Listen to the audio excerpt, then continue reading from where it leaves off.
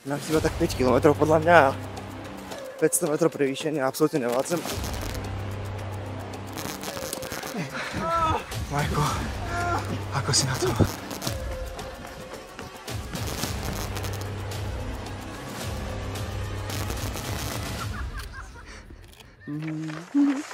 Bolo to naozaj ale také hrozné. No, poďme sa na to pozrieť pekne od začiatku.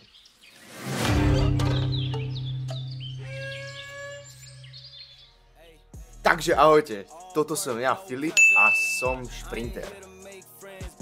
Mám na vás jednoduchú otázku. Čo sa stane, keď vezmete atleta, ktorý behá 100 metrov, možno 200, keď není lenivý, a hodíte ho do nemilosrdného horského terénu na desiatky kilometrov? Správne, nebude trochu vládať.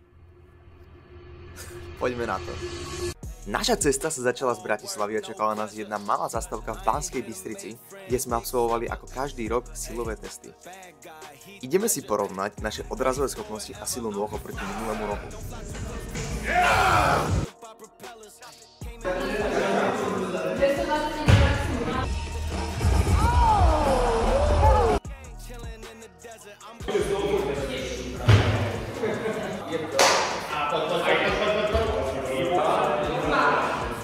Opa! Not bad, not bad. Now you.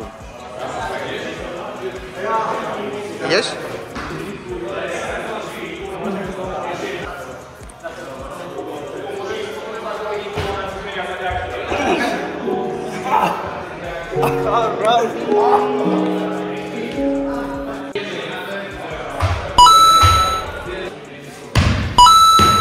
Máš? Či nechceš? Ideme praváčka, hej? Jedte, praváčka. Poď. Poď. Tlač. Si ready?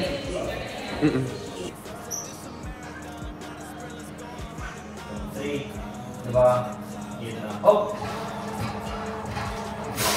A záber, poď. A záber, poď.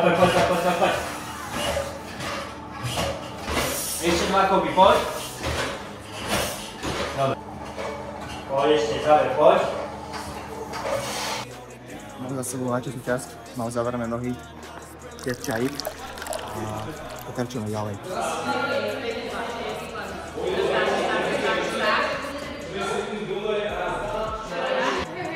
Filip Federič je múdry chlapček. Poď.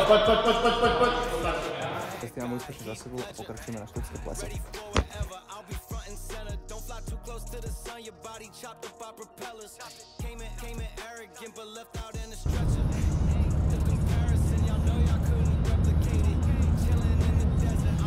Už sme vo Vysokých Tatrách a naše najhnusnejšie sústredenie sa môže začať, keďže ja ako tesťok nevládzem vytrvalosť, ale tento rok to určite zvládnem.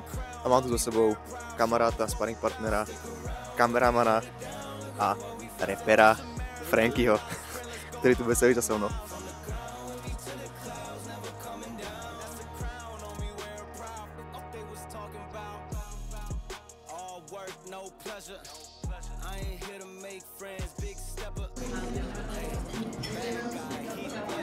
A nemáš nejaké videá? No.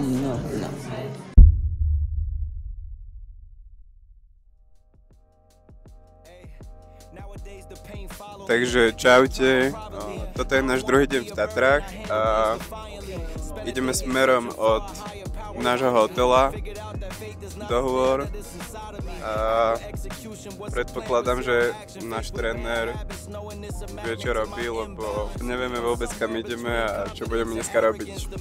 Ale mne je úplne jedno, čo ideme, lebo v každom prípade dostane dneska Franky na papať.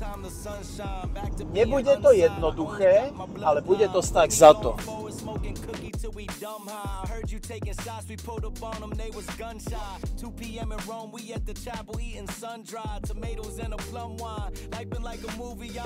Stále neviem, čo ideme, ten nám nič neprezradil, ale nejako to dáme.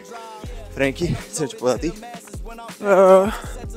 Mali by sme dať pauzičku, lebo už nie moc, už sme prešli 100 metrov.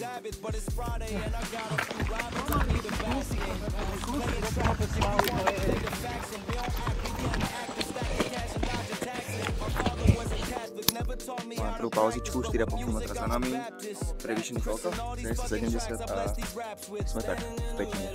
Môžeme ísť ďalej. Každý deň som behal ako malý podbarák. Všade vedelo sa, že ja som ten darebák.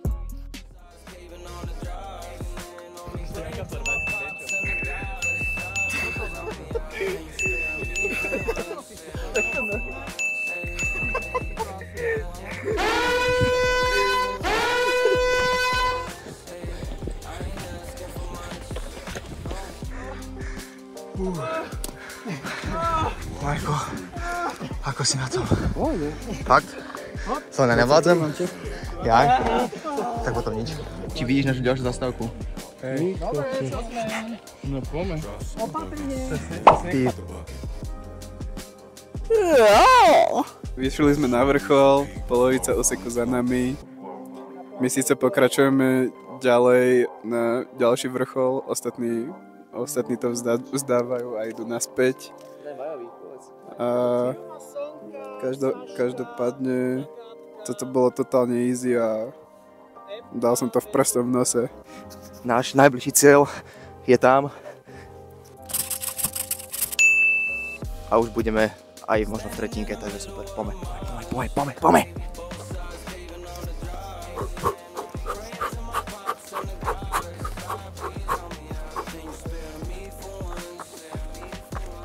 Tak super, tempičko držíme. Najhoršie ani není, že nám chýba tak 5 km podľa mňa a 500 m prevýšenia absolútne nevládzem, ale na 10. mám rezeň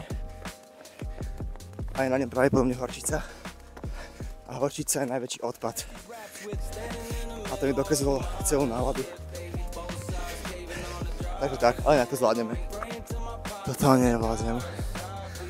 A ak toto není vrchol, kde bude pauzička, tak asi skočím dole a ukončím to svoje trápenie, lebo fakt, 8 hodinu absolútne nevládzem. Živka pravdy. Ha! Ja sa zabijem. Ani teraz není pauza, tak pozorne. Počkaj. Ne. Áno. Áno! Tam bude horčica. Asi budem hladný.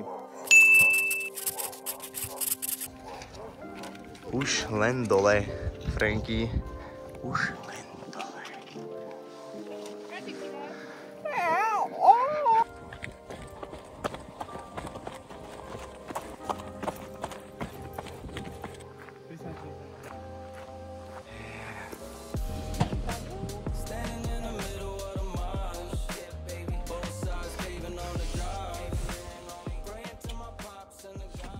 V horúcej sprche sa po takomto tréningu fakt nič nevyrovná. Bola to najlepšia sprcha v mojom celom živote. Idem sa nechutne nažrať na večeru, lebo som mega hladný. A zajtra nás môžem čakať, že rovnaký tréning o kilometr dlhší. Takže dúfam, že to tréneri prehodnotia, lebo som mega vypnutý. Takže vidíme sa ráno.